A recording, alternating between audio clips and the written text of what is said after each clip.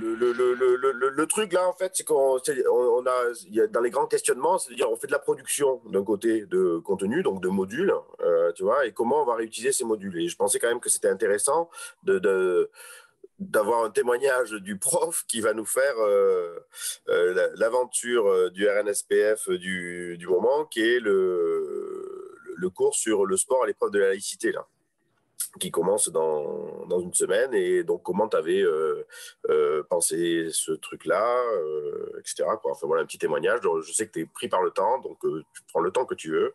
Et quand tu dois partir, tu dis à tout le monde au revoir. Et voilà. En tout cas, merci d'être là. Ouais. Donc, bonjour à tous. Donc, effectivement, Olivier m'a sollicité pour qu'on réfléchisse ensemble à finalement une séquence de formation commune à plusieurs établissements et sur la thématique de la laïcité. Alors, du coup, il m'a contacté parce que déjà l'année dernière, dans le cadre de l'appel à projet qu'avait lancé le réseau, j'avais déjà proposé de créer un parcours sur la citoyenneté, et puis à l'intérieur, il y avait un espace d'activité sur la citoyenneté, et à l'intérieur, il y avait un parcours sur la laïcité. Donc, c'était un parcours donc qui est conçu, qui est utilisable aujourd'hui, qui est complètement autonome.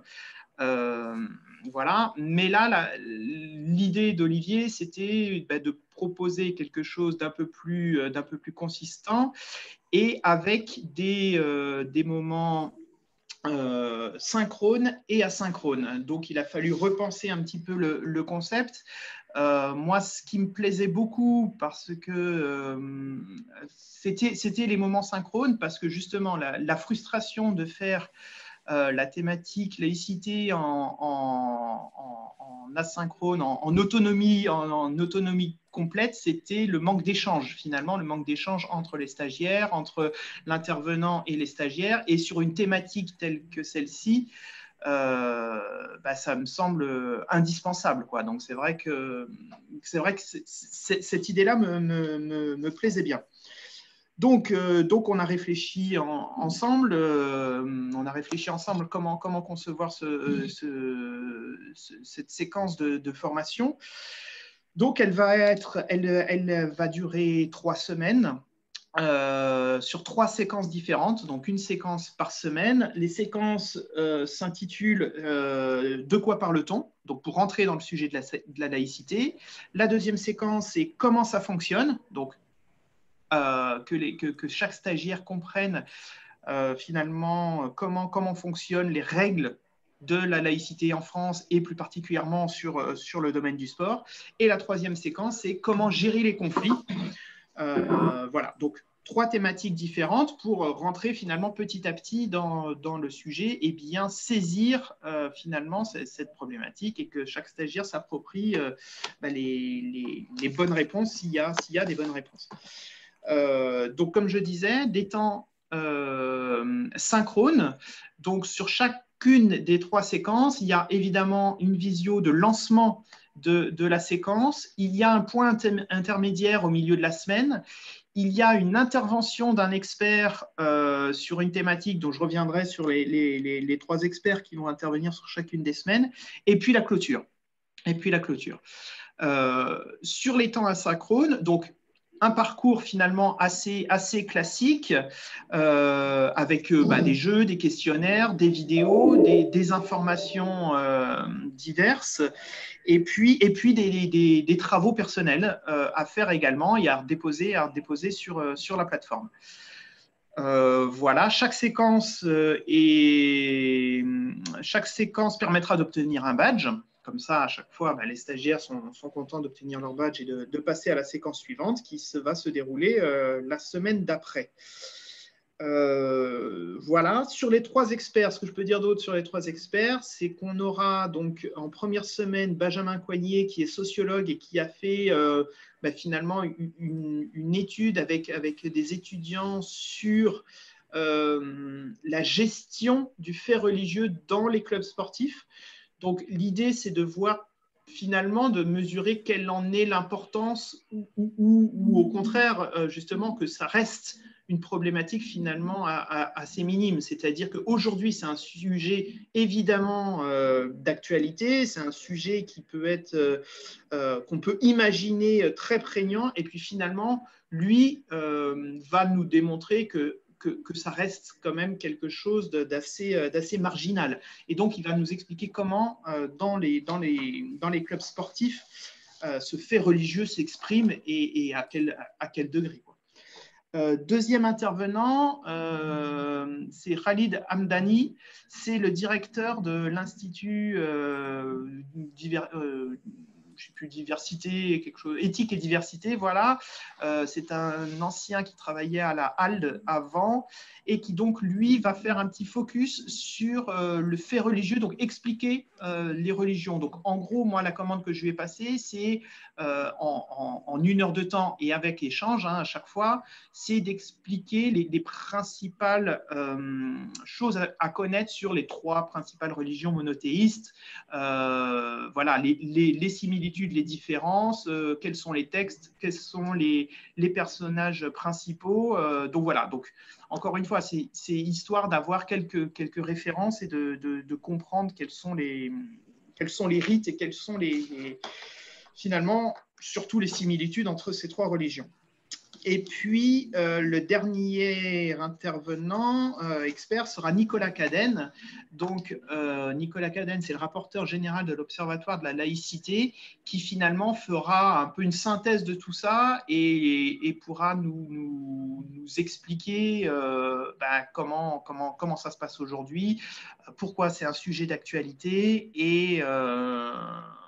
et quels sont les moyens finalement que l'État met en œuvre sur le développement des formations VRL, si certains les connaissent, sur la formation dans les écoles, etc., etc. Donc lui, il pourra globaliser un petit peu tout ça. Donc voilà, donc ce module qui est maintenant quasiment fini, à 2-3 petites bricoles techniques. Je m'y mets dès demain. En tout cas, sur le contenu, il est finalisé. Maintenant, faut qu'on l'arrange un peu mieux. En fait, je pense que c'est une première expérience du réseau. Bon, c'est sur cette thématique-là, mais je crois que Albin, Olivier, Fred, Denis, Pascal, enfin bref, l'équipe technique du réseau, ils ont en tête de proposer finalement cette formule sur d'autres thématiques. Là, on essuie les plâtres et puis on verra bien ce que ça donne. En tout cas, au niveau des inscriptions, ça a plutôt bien marché puisque de mémoire, on est à plus de 200 inscrits et 10 établissements différents entre Crêpes et École nationale. Donc, moi, je trouve ça vachement chouette voilà, c'est pas... Parce que sur les 200 inscrits, moi, j'avais peur que ce soit 200 du même Crêpes, mais en fait, non, on a 10 établissements différents. Donc, ça, c'est plutôt bien. Et puis, on va voir ce que ça va donner, quoi. Ouais. Oui, et pour la petite histoire, c'est venu d'un collègue au Crêpes de Montpellier qui, un matin, cherchait, en septembre, c'est avant tous les épisodes, et cherchait un intervenant sur la thématique laïcité. Il y a quelqu'un qui ne connaîtrait pas un intervenant sur la laïcité? Je dis, attendez, il y en a un qui est super fort en Bourgogne-Franche-Comté.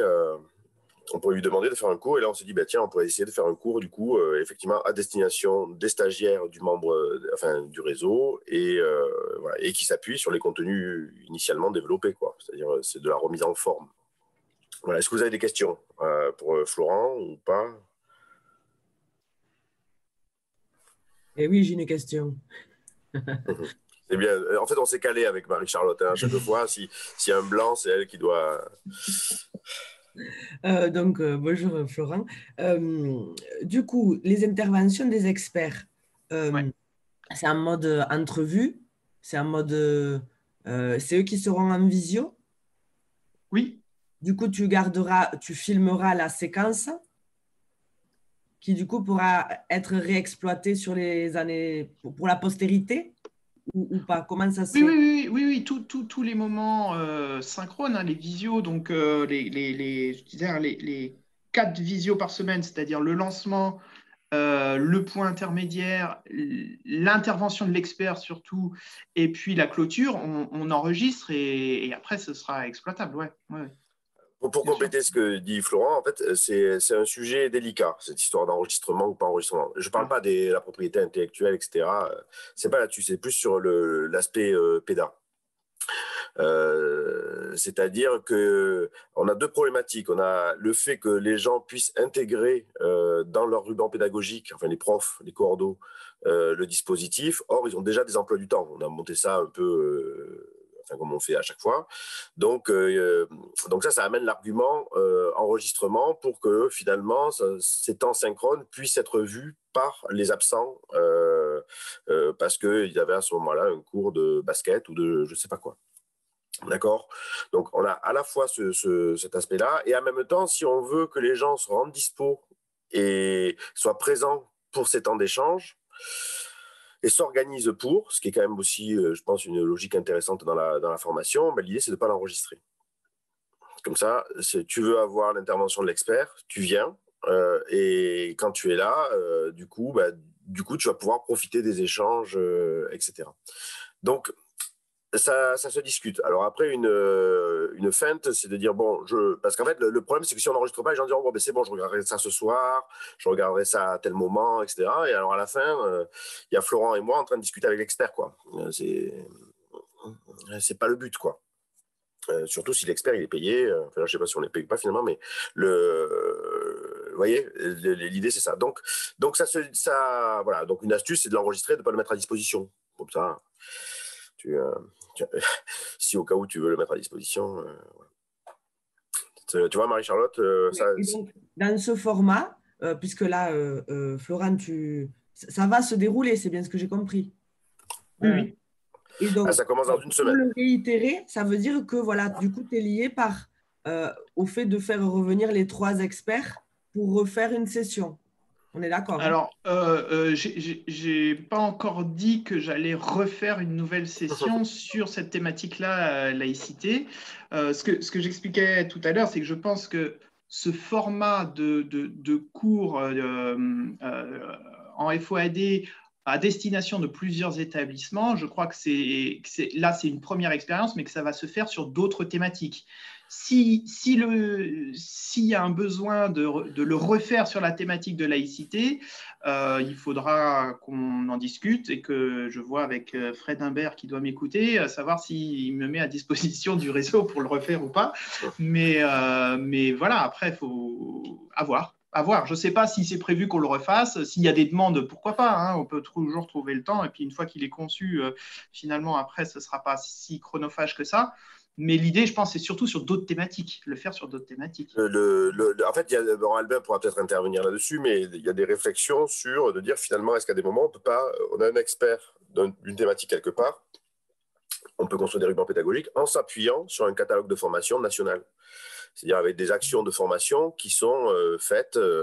Alors, est-ce que la laïcité, on l'a fait 1 fois, 3 fois, 10 fois? Il commence à y avoir des demandes un peu à côté qui sont en train d'arriver, mais c'est parce qu'il y a eu des événements de début novembre, là, fin d'octobre.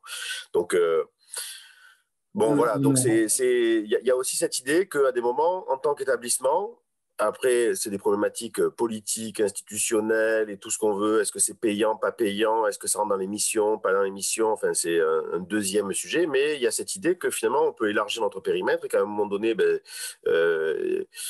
Nico, si c'est la star de la notion de projet sur un contenu particulier, c'est peut-être d'animer un cours sur tel truc au niveau national. Si, je sais pas, Sylvain, c'est un cadre sur la formation de tuteur, il le fait là-dessus. Si je sais pas qui, voilà. C'est-à-dire que les établissements, finalement, puissent proposer au travers de leur expertise un contenu qui pourrait toucher l'ensemble des personnes. Là, on l'a limité à 200. Alors là, on est déjà à 220, je crois, ou 210, enfin, je ne sais pas trop. Et puis, peut-être qu'on va avoir de la perte après la réunion et les coordos demain. Mais on l'a limité à 200 parce que nos salles visio Zoom, c'est 300 max. Et donc, au début, on s'est dit, on va contrôler le système. Et puis, il y a des extérieurs qui commencent à dire, on veut venir voir, quoi. Enfin, ouais. On aura réussi, je me permets d'intervenir. On aura réussi, je pense, justement, par rapport aux discussions, ce que viennent de dire Olivier et Florence, c'est l'ensemble des CREPS, en fait, seront en mesure de proposer des contenus. Il y a une vraie expertise. Moi qui ai fait un peu le Tour de France avec Denis, on a fait le Tour de France pour aller former les collègues à Caroline. Moi, à chaque fois, j'ai constaté qu'il y a des collègues qui ont une expertise forte sur un ou deux domaines. Et finalement, cette expertise, elle est bien sûr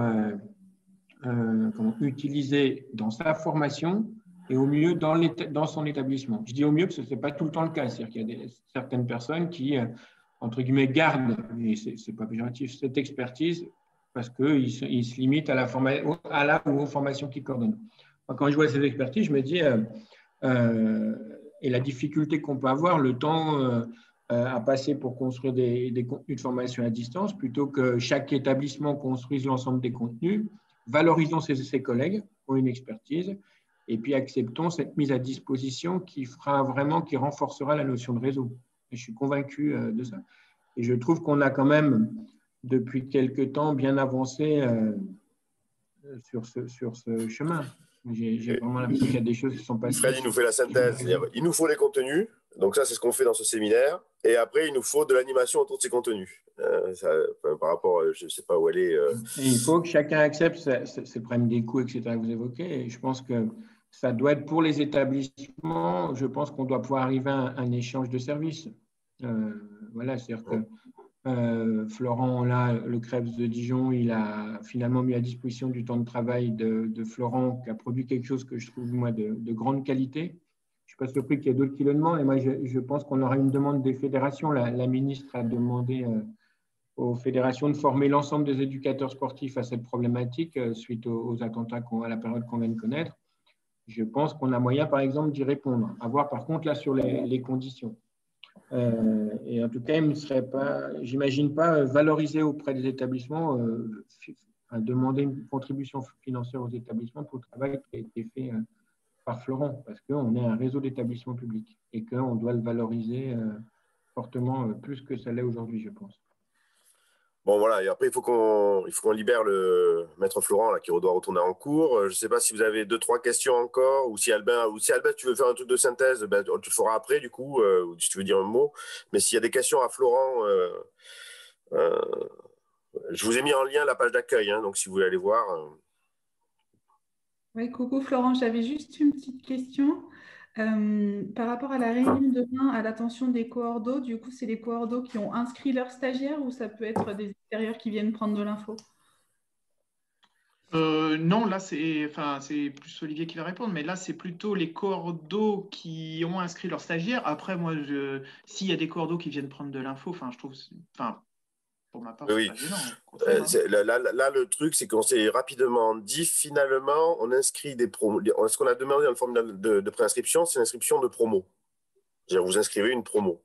Et après, il y a des gens qui n'ont pas forcément compris l'histoire. Alors, c'est quel jour, à quelle heure la formation à distance? Donc, avec cette culture du présentiel à distance, en fait. Et on dit, non, c'est pas tout à fait ça. Mais en même temps, il y a des temps synchrones. Alors, tu vois, voilà. Donc là, l'idée, c'était de dire au cordeau demain, de dire, voilà le schéma général.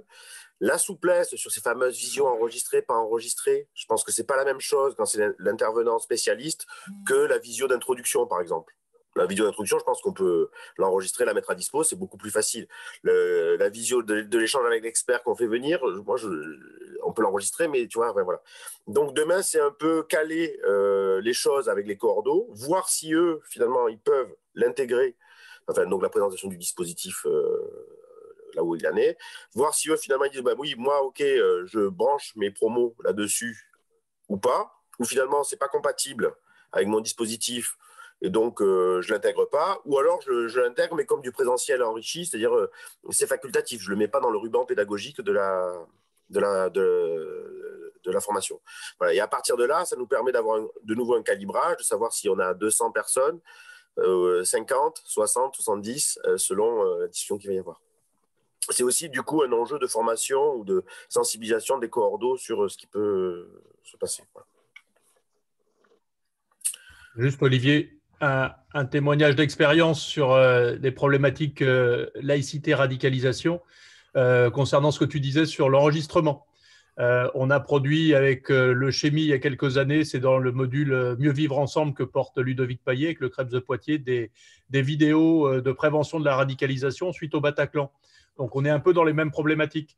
On s'est retrouvé avec des intervenants qui ne souhaitaient pas être filmés et diffusés avec leur nom en sous-titres, parce que dans les problématiques de radicalisation qu'on rencontre, parfois, les intervenants peuvent être amenés à dire des choses auprès des stagiaires qui peuvent mettre directement en tension leur intégrité physique quand ils rentrent dans leur environnement professionnel. Donc, il y a ça à intégrer aussi dans les, Je suis complètement d'accord. Dans les problématiques. Je suis tout à fait d'accord. Après, c'est plus avec Florent, ça, voilà. Mais c'est pour ça, l'enregistrement, moi, je n'en suis pas convaincu. Mais bon, puis, on verra. Mais après, ça peut être enregistré. Et après, la question de la diffusion. Alors là-dessus aussi, tiens, parce que ça, moi, j'ai déjà fait des cours comme ça avec des interventions d'experts. Et effectivement, il y a un échange qui se met en place avec les stagiaires. Et puis, enfin, l'expert, le formateur, se met à raconter des anecdotes ou des événements. Et puis, d'un coup, il dit oh, pop, pop, pop, pop, pop, pop. Et donc, nous, ce qu'on a fait régulièrement, on pose la question derrière. C'est-à-dire, voilà, la vidéo, là, dans ce qui s'est passé, est-ce qu'il y a des choses que tu veux garder ou des choses que tu veux enlever. Et donc, il est arrivé qu'on enlève des fois 30 secondes, 40 secondes. Ça coupe et hop, on passe à un autre sujet. Je pense à des anecdotes de groupes de voileux que le gars racontait, bon, voilà, en déplacement ou choses comme ça. Et d'un coup, il s'est dit, ouf, ça m'embêterait que finalement, ça sorte, voilà. Même s'il ne donnait pas de nom, etc. C'était plus ce qui allait pouvoir se jouer derrière. Donc, effectivement, ça, c'est aussi une chose à prendre en considération. Est-ce qu'il y a d'autres questions pour Florent? Non? Eh ben, s'il n'y en a pas d'autres, je vous laisse retrouver mes déocyclismes. Ouais, amuse-toi bien avec tes déocyclismes et merci beaucoup. Et à demain matin, de toute façon. Allez, au revoir tout le monde. Ciao. Ouais, Albin, si tu veux dire quelque chose par rapport à tout ça.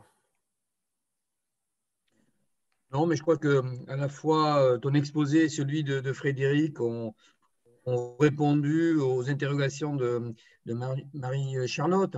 C'est-à-dire que ce qu'on essaye le témoignage de Florent, c'est plutôt démontrer la force de l'outil de formation à distance pour faire bénéficier l'ensemble d'un réseau. Alors nous, évidemment, on commence par le réseau des établissements, mais on voit bien, moi je parle de réseau là au sens général, c'est un expert qui peut prendre, peut gérer beaucoup de monde, quoi. Voilà, dépasser les 15 stagiaires présentiels. C'est cette idée-là qui n'est pas une idée géniale, révolutionnaire. C'est un faisceau complémentaire dans la formation que l'on doit aux usagers. Voilà, c'est tout.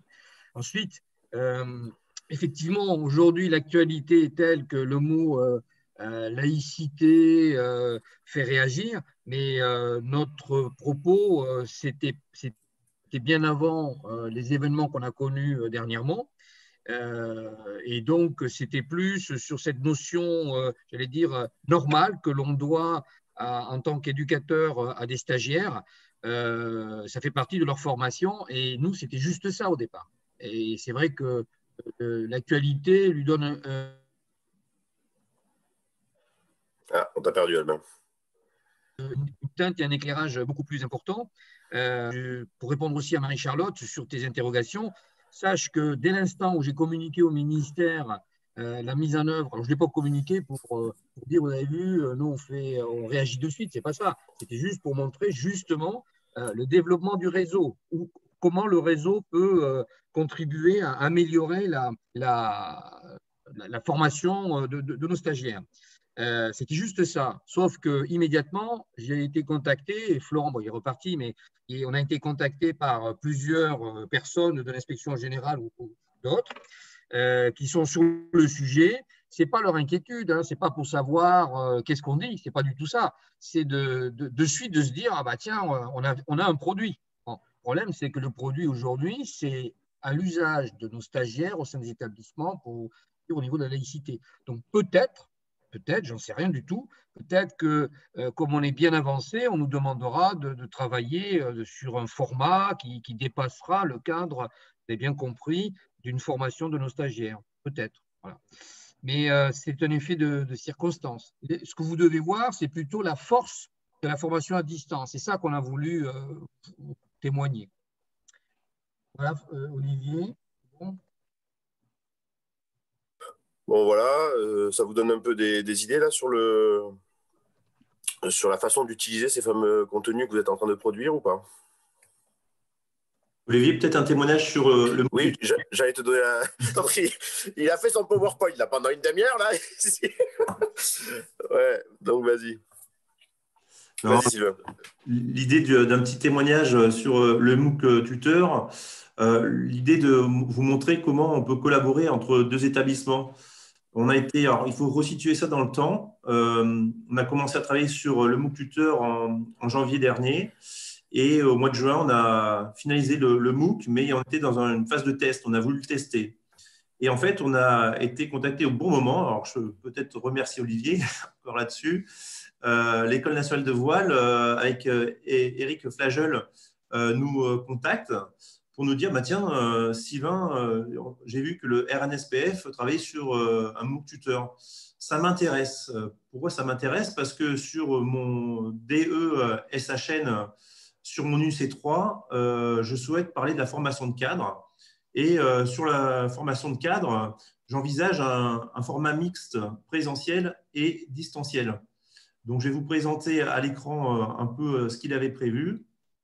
Et donc, c'est important de le situer dans le temps parce qu'il nous a sollicité au mois de juin. Et souvent, au mois de juin, c'est le moment où il était en train de programmer sa planification pour septembre. Et donc, l'idée, c'était de cibler sa préparation, sa présentation, sa formation sur le mois de septembre.